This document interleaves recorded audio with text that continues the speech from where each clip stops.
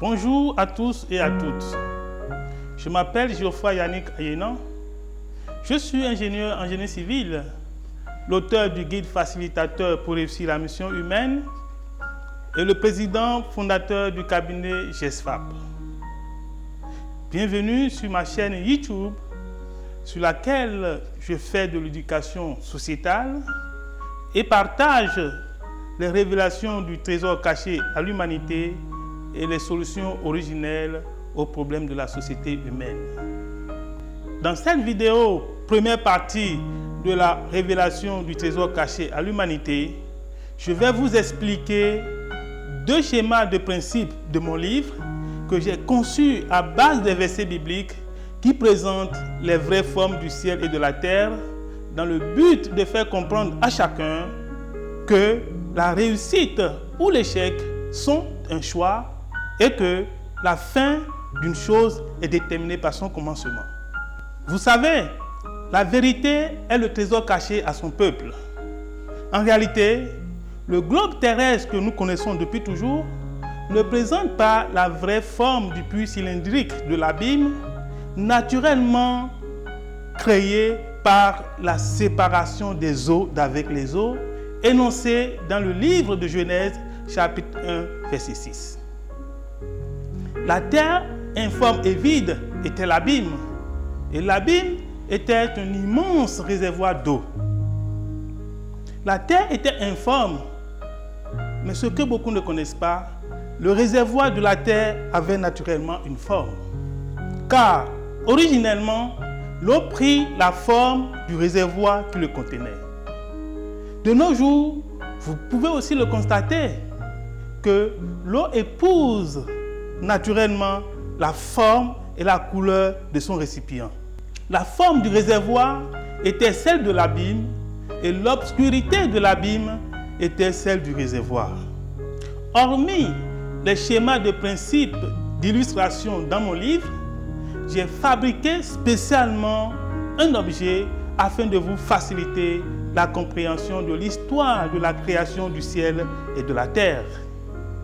Cet objet est la représentation du puits cylindrique de l'abîme, présentant les vraies formes du ciel et de la terre.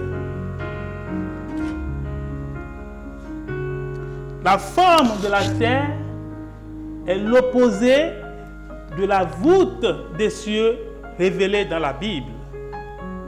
Les eaux du puits de l'abîme sont les mers du milieu desquelles les îles étaient apparues.